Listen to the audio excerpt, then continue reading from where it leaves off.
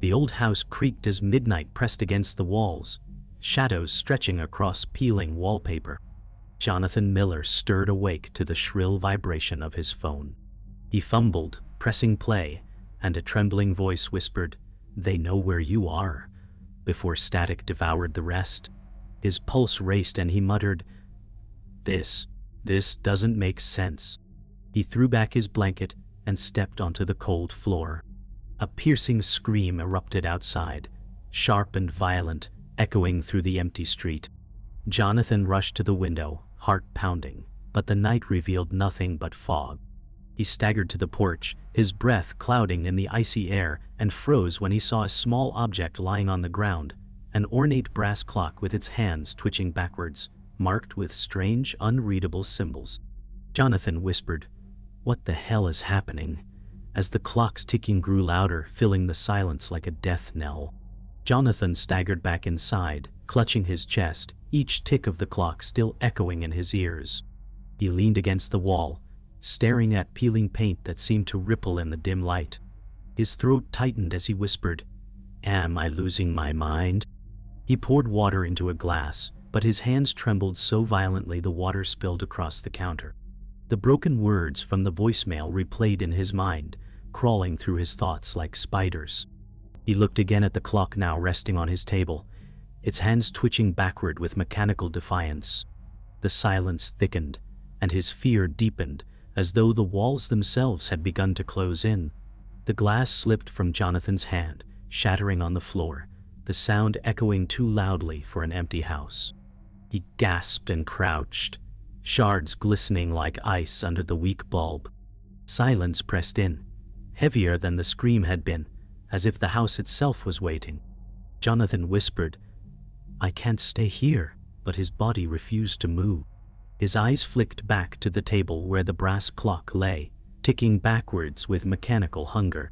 His breath quickened, and he muttered, "Why me?" The air felt thicker, each second drawn out, as if time itself resisted moving forward. The sound of the backward ticking grew louder, relentless and unnatural. Jonathan covered his ears, whispering, "Stop, just stop," but the noise seemed to come from inside his head. He stumbled back against the wall, breath ragged, eyes darting to shadows that flickered without cause. His pulse thundered in his veins, as if keeping time with the reverse ticking. His legs trembled, and he gasped, "Someone's watching me," as his reflection twisted unnaturally in the window pane, though the room was empty. The backward ticking stopped abruptly, leaving the house in suffocating silence. Jonathan lowered his hands, chest heaving, ears ringing from the sudden absence.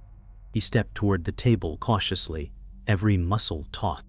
The brass clock now stood still, its hands frozen at midnight, the symbols faintly glowing like embers. He whispered, "It knows me," his voice breaking. Outside the fog thickened, shadows moving unnaturally in the streetlight glow. His choice to touch the clock would decide whether his story ended or began, and the air carried the weight of an unseen answer. Jonathan sat at the edge of the table, his breath uneven, the brass clock still glowing faintly before him. He whispered, "Why me? What do you want from me?" But the silence offered no answer. The ticking had stopped, yet the weight of its presence pressed heavily against his chest. He reached for the clock, hesitating, his fingers hovering just above the cold brass. His mind raced back to the voicemail, the voice trembling with urgency, the scream outside that no one else seemed to hear. He thought of running, of leaving everything behind, but his body wouldn't move. Instead, he sat frozen, staring at the strange symbols carved deep into the clock's surface. He muttered, "This isn't real. It can't be real." Yet, deep down, he knew it was. And the fear growing inside him whispered that his life had already changed forever. He pulled out a notebook from the drawer, flipping to a blank page with shaking hands. "Symbols," he whispered, sketching the strange markings from memory. Each line felt like a code, alive, writhing on paper. His handwriting grew messy, ink blotting as his hand quivered. He pressed harder, desperate to capture every detail. A thought surfaced, chilling him. These weren't random designs. They were instructions, or maybe warnings. He slammed the pen down, sweat rolling across his temples. "Why would someone leave this here?" he muttered. The symbols on the page seemed to shimmer faintly in the lamplight, and he blinked rapidly, wondering if he had finally gone mad. Fear clawed at his chest as he realized the patterns were not just etched into the clock, but now etched into him. The silence shattered as his phone buzzed again, vibrating against the table. Jonathan flinched, his heart racing, as the screen lit up with an unknown number. He hesitated, then answered with a trembling, "Hello?" A low, distorted voice spoke. "You shouldn't have touched it." His breath caught in his throat. "Who are you? What do you want?" The line crackled and the voice continued, "It's already begun." Static swallowed the call before he could respond. Jonathan dropped the phone onto the table, staring at it like it had burned him. His chest rose and fell with shallow, uneven breaths. He whispered, "Already begun? What does that mean?" The shadows in the corners of the room felt closer now, pressing inward. Jonathan's eyes flicked to the window, where fog pressed against the glass. Shapes seemed to move just beyond sight, shifting in unnatural rhythm. He backed away slowly, whispering, "No, this isn't real." But the reflection in the window betrayed him. A shadow stood behind him, though the room was empty. He spun around, fists clenched, only to find nothing but silence and the steady glow of the clock. He pressed his palms against the window, staring into the fog, desperate for clarity. His voice cracked as he shouted, "What do you want from me?" The echo of his words died quickly, smothered by the heavy stillness. The only reply was the faintest flicker of movement in the mist, as though something waited just outside. Jonathan turned back toward the table, his jaw clenched, fear giving way to anger.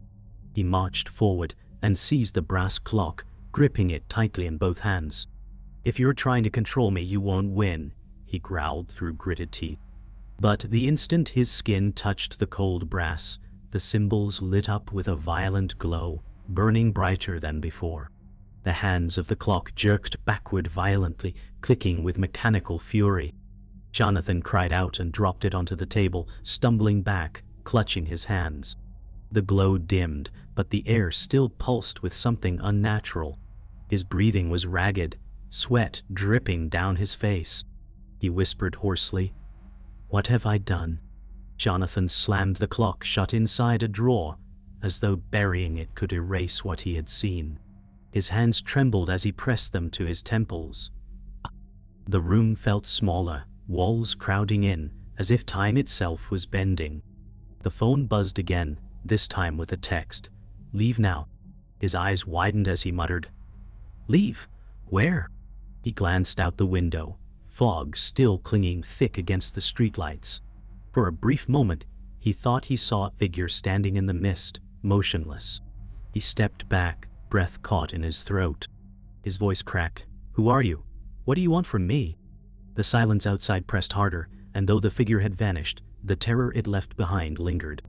Unable to shake the feeling of being watched, Jonathan grabbed his coat and flashlight. He whispered, "If this is real, I need answers." His steps echoed as he left the house, each creak of the porch board sounding like a warning.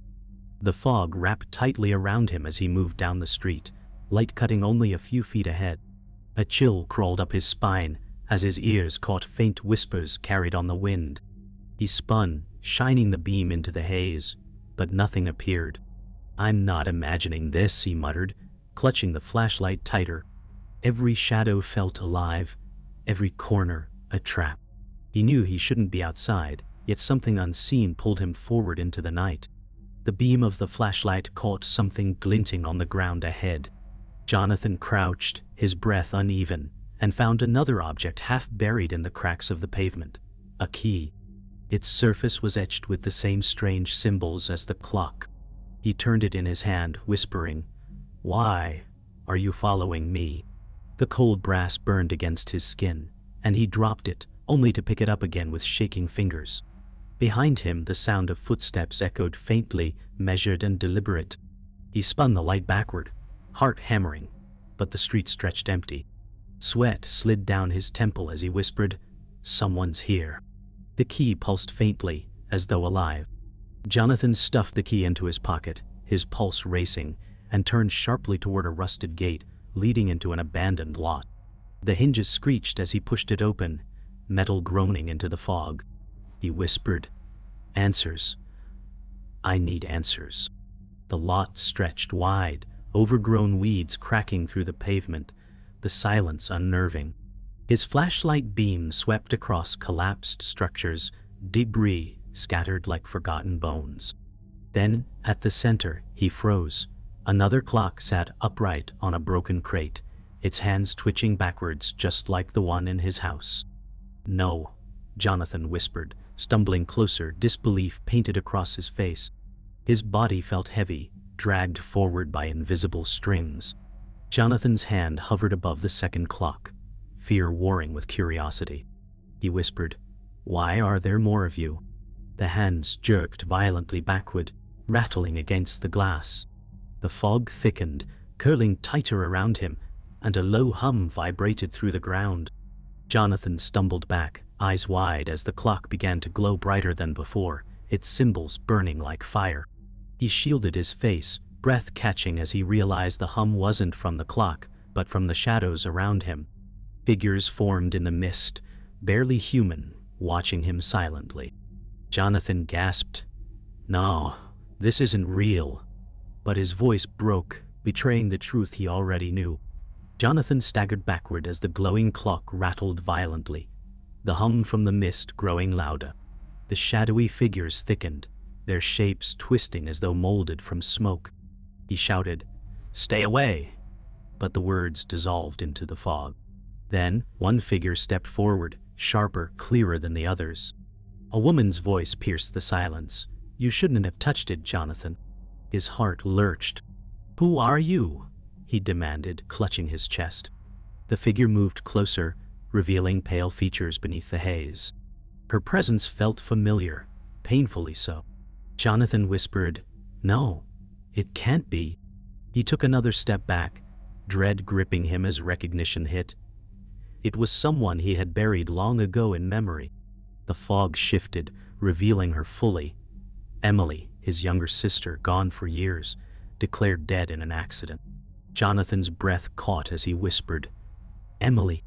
Her face was pale, her eyes dark, and yet she smiled faintly. "You never asked the right questions," she said, voice low but steady. He shook his head violently. "This isn't real. You died. I saw the wreck." Emily stepped closer, her hands trembling as she raised them. "What you saw was meant for you. They gave me the clock to keep it safe." Jonathan's stomach twisted, bile rising as he backed away. This is a trick," he muttered. Yet her presence carried a truth that burned. Jonathan's hands shook as he raised the flashlight, shining it directly on her face. Emily didn't flinch, her hollow gaze fixed on him. "You were never meant to survive that night," she said, her voice calm. His throat tightened as he whispered, "What do you mean?" She tilted her head, almost sorrowful. "The clock chose you, not me. I was only the distraction." Rage flashed in Jonathan's eyes as he growled, "You were lying." But the symbols on the brass clock flared brighter at her words, casting ghostly shadows across the lot. Jonathan's chest tightened as realization crept in. The accident that claimed her life had never been an accident at all. Jonathan stumbled backward, voice breaking. "They told me you were gone. They showed me your body." Emily's lips curved into a bitter smile. "Bodies can be replaced. Memories can be rewritten. You never asked who wanted me gone." The fog swirled violently as her words echoed. Jonathan's vision blurred, the ground seeming to tilt beneath him. He gasped, "Why are you here now?" Emily's expression hardened. "Because you touched the clock, and once you touch it, you can never let go. It rewrites everything, Jonathan, even you." His heart thundered as fear and rage collided, leaving him unable to breathe. The air thickened until it pressed like stone on his chest. Jonathan collapsed to his knees, hands clutching the dirt, sweat dripping from his face. Emily knelt before him, her voice sharp as glass. "You've been living in their lie. Time isn't broken. It was stolen." Jonathan shook his head violently, muttering, No, no, no.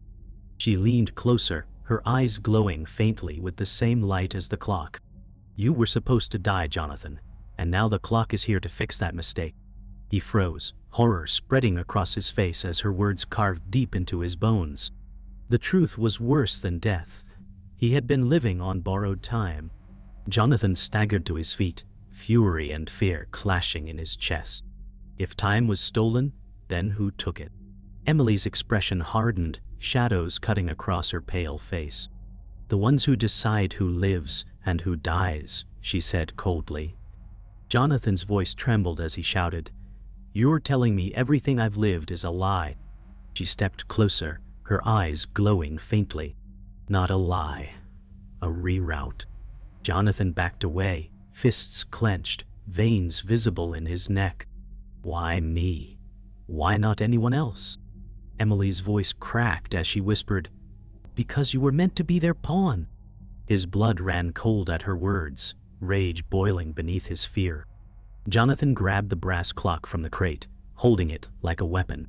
If this controls time, then I'll end it here. Emily's eyes widened, her voice sharp. No, you'll end yourself. The clock rattled violently in his grip, glowing brighter, symbols flickering like fire. Jonathan's face twisted in defiance, teeth clenched. Then tell me how to stop it. Emily's lips trembled as she whispered, "You can't stop it. You can only choose how it rewrites you." His grip faltered as the weight of her words sank in. He whispered, "Rewrite me? What does that mean?" The ground beneath them trembled, fog swirling violently as if the world itself had heard his question. The tremors grew stronger, rattling the debris around them. Jonathan stumbled, clutching the clock tighter as it pulsed with blinding light. "It's tearing me apart," he gasped. Emily lunged forward, grabbing his wrist. "Listen to me. You can't fight it. You have to align with it." Jonathan's teeth clenched as he shouted, "I don't want to be controlled." Emily's eyes burned with desperation. "Then you'll die tonight." Jonathan froze, torn between her words, and the agony burning through his veins. The clock's hands spun backward violently, sparks of green light shooting into the fog. His voice cracked. "Tell me the truth, Emily. Why are you helping me?" Her silence cut deeper than words.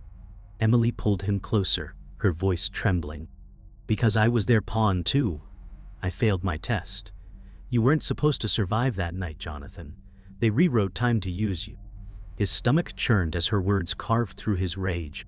"So I've been living someone else's script?" Emily nodded, her lips trembling. "And now you have to decide.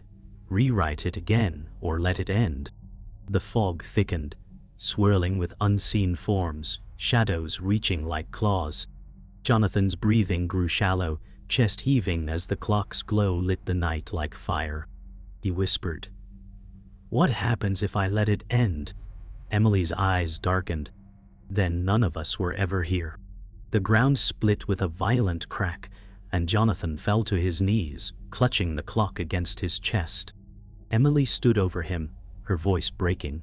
"They'll force you to choose, Jonathan. Rewrite their lie or let the world collapse." His body shook as sweat poured down his face. "What if I choose myself?" he asked, voice trembling.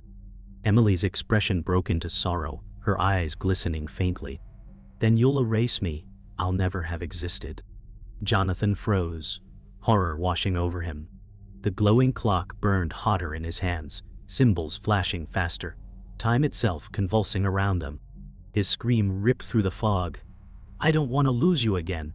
The air cracked with thunder, though the sky above was silent. Jonathan clutched the clock to his chest, veins glowing faint green beneath his skin. Emily shouted, "You can't hold it forever," but her voice was drowned by the relentless hum. Jonathan staggered forward, teeth clenched. "I won't let them decide my life." His body convulsed as light poured from the clock, symbols etching across his arms like fire. Emily's eyes widened in horror. "You're becoming part of it." His scream tore through the night as his vision split, seeing past and future collide, flashes of his childhood, his death and futures that never happened. Jonathan collapsed, gasping, as the fog erupted with figures fully formed. Cloaked beings, faceless and tall, encircled them, their presence bending the air. Emily's face paled as she whispered, "They've come for you." Jonathan forced himself to his feet, fists clenched. "Then let them try." One figure stepped closer, its voice a whisper that filled the night. "You were never meant to carry the clock. You are a fracture, a mistake." Jonathan's chest burned as rage overwhelmed fear. "I'm not your pawn." The beings raised their hands, light shimmering like blades. The ground shuddered under their presence, forcing Jonathan to brace himself for the inevitable clash. One of the beings raised its arm, releasing a torrent of energy that streaked toward Jonathan. He raised the clock instinctively, and the symbols flared, absorbing the attack. The backlash exploded in a blinding flash, knocking debris into the air. Emily screamed, shielding her face. Jonathan fell to his knees, gasping, the clock glowing hotter than ever. He whispered through clenched teeth, "I won't let you erase me." Another strike came, and Jonathan braced himself, channeling the clock's power. The blast split the ground in two, green fissures glowing like molten cracks. His body shook violently, each second pushing him closer to collapse. Emily rushed forward, grabbing Jonathan's shoulders. "You can't fight them like this, they'll consume you." His eyes burned with green fire as he shouted, "Then tell me how to end it." Tears streamed down Emily's face as she whispered, "You have to let it choose. Not you, not me, the clock itself." Jonathan's body trembled as the beings closed in, their voices echoing in unison. "Surrender, fracture." His chest heaved as he whispered, "No, I'll never surrender." The clock pulsed, louder and faster, like a heartbeat spiraling toward collapse. The decision loomed, and the weight of it pressed like iron on his soul. The ground erupted, fissures spreading outward as the clock's ticking roared, faster than thought. Jonathan screamed, lifting it high above his head. The faceless beings staggered back as the light grew unbearable. Emily cried out, "Jonathan, stop!" His voice broke as he shouted, "I choose my own time." The clock shattered with a deafening crack, shards glowing like falling stars. Energy exploded outward, tearing the fog apart, ripping the cloaked figures into fragments of shadow. Jonathan collapsed, the remnants of the clock burning his palms. Emily fell beside him, eyes wide in disbelief. The silence that followed was unnatural, heavy, final. The dust settled over the ruined lot, silence pressing down heavier than the battle. Jonathan lay on the ground, chest rising in ragged breaths, the shattered remains of the clock glowing faintly beside him. Emily knelt at his side, her voice breaking. "You shouldn't have survived that." Jonathan coughed, eyes fluttering open, his voice hoarse. "But I did." The cracks in the earth pulsed faintly, green light fading slowly like dying embers. Emily's hands trembled as she touched his face, torn between relief and sorrow. Jonathan turned his head slightly, whispering, "Tell me it's over." Emily looked away, her silence cutting deeper than an answer. Jonathan forced himself upright, body trembling with exhaustion. He stared at the shards of the clock scattered around him, glowing faintly in the dirt. "It's broken," he muttered. Emily shook her head slowly, her dark eyes fixed on the fragments. "Clocks don't break, they reset." His blood ran cold at her words. He picked up one jagged shard, its symbol still pulsing faintly. "Then what happens now?" Emily's lips parted, but no words came. The silence stretched between them, heavy with unspoken truth. Jonathan dropped the shard, the sound echoing too loudly, carrying a finality that his heart couldn't accept. They rose slowly, their bodies silhouetted against the pale morning light cutting through the mist. Jonathan scanned the horizon, eyes narrowed, voice trembling. "Are they gone?" Emily's gaze remained fixed on the fading fog. "They never leave. They wait." Jonathan's chest tightened as he whispered, "Waiting for what?" Emily's expression hardened, her silence enough to tell him the answer. The world felt unchanged, yet Jonathan sensed it had already shifted. He clenched his fists, forcing himself to stand taller, though fear gnawed at him. The wind stirred faintly, carrying a whisper only he seemed to hear. Time is never yours. Jonathan turned to Emily, desperation cutting through his voice. Tell me the truth. Are you really alive? Emily's lips curved into a faint, haunting smile. Alive is just another word for borrowed. Jonathan froze, his heart pounding, searching her face for the sister he once knew. Her expression flickered, grief, anger, something inhuman beneath her eyes. She stepped back, fog curling around her form, her voice soft as ash. You broke the clock, Jonathan, but you didn't stop it. His voice cracked. Then what did I do? Her answer was a whisper carried by the wind. You started it again. The fog swallowed Emily until only her faint outline remained. Then she vanished into silence. Jonathan stood alone, his chest heaving, staring at the empty space she left behind. He whispered, Emily. His voice cracked as tears burned his eyes.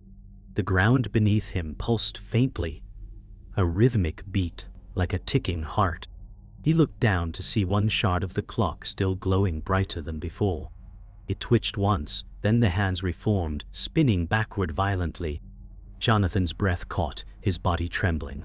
The final sound echoed through the ruined lot, a single sharp tick that cut through the silence like a blade.